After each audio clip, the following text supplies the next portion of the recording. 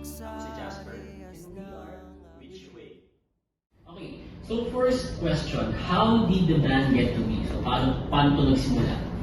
Nag-start kami, una nun kasi meron akong banda talaga. And then nakita ko yung mga kanta niya. Ayun yun, sumasabi lang siya sa amin dati, si Topher. And then naisip ko, buo kaya kami ng banda together. That time, more on acoustic lang ako. Tapos sumasabay ako sa mga full band. So ako lagi yung pang front up. Tapos nairirinig nila yung mga kanta ko. Tapos yun, nakaka-close ko na din sila. Nakaka-jamming ko, gano'n. Yun, binuo ko, tapos kumuha ko ng drummer, yung dati namin drummer, si Sir Jasper. Yan, kinuha rin namin. And ayun, kami nabuo, Which Way. Sobrang unexpected nga yung pagdating ni Sir Jasper nun. Kasi talagang gusto na namin mabuo kasi gusto na namin mag-release. Then, out of nowhere, biglang nag-pop up yung message ni Sir Jasper kay Kurt na naghahanap pa ba kayo ng bassist, gano'n. Tapos dun, nagtuloy-tuloy na. Nag-practice kami, tapos tuloy-tuloy na. Okay. So ibig sabihin, right before pa kayo magkakakilala, nasusunod ka talaga? Oo, sir. Talagang, since 2019. Pero from scratch talaga. Ngayon, siguro, proud na ako na masasabi ko na, yun, medyo nalilinis na yung mga writings ko.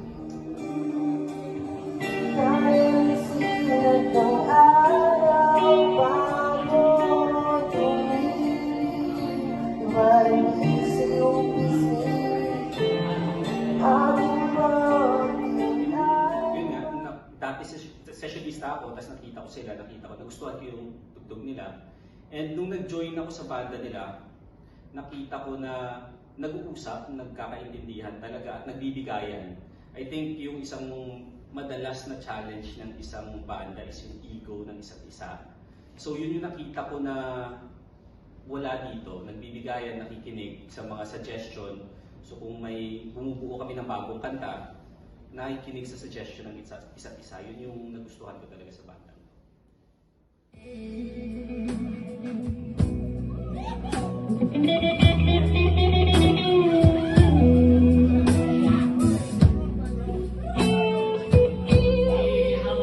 The one na pinropose ni Kurt, kasi alam ko pinanasas kayo sa I think, Which Way banda talaga yung kasama sa Sir Jasper. Pag-usapan naman natin yun, paano ba yun nangyari? Paano ba nag-start? Ano yung inspiration? Title nun is 4. Lilipad papayos sa abang na sulong, ayoko ditong makulong.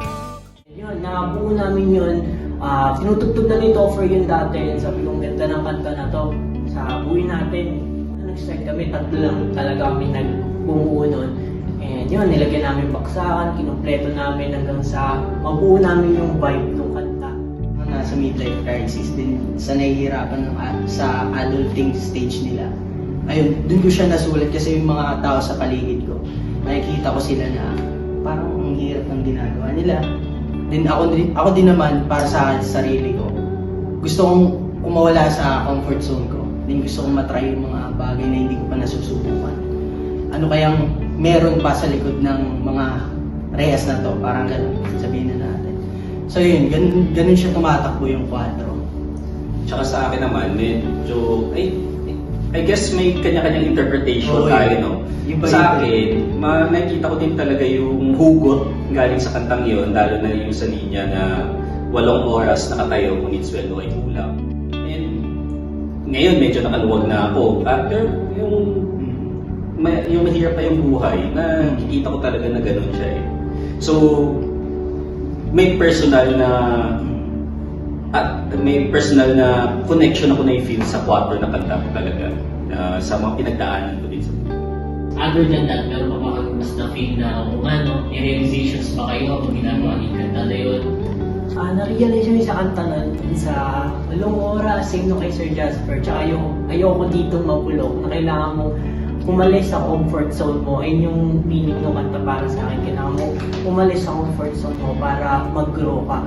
Huwag kang matakot sa sarili mong multo. Kasi minsan parang lagi tayong may bulong sa sarili natin. Ay, hindi natin. Parang hindi ko kaya yan. Parang ganun, laging may hold back. Pero yung ibang tao nakikita sa sarili mo na kayang-kaya mo. mas makikita mo pa kung anong meron ka. Kaya subukan mo lang ang subukan. Wala namang mawawala sa'yo kung susubukan. And matututo ka or mananalo. Sa akin naman, di ba, at yung kanta as a whole, madalas kasi yung mga kanta ngayon, of course, love song, wala namang masama doon. Pero nakikita ko mas may purpose yung kantang to na encourage, and push yung mga tao, di ba? Mamulat sana yung mata nila sa sitwasyon nila na yun, kailangan nila lumabas sa comfort zone nila, kailangan nilang na may pag-asa sa kanila na hindi sila forever nasa sitwasyon na yan.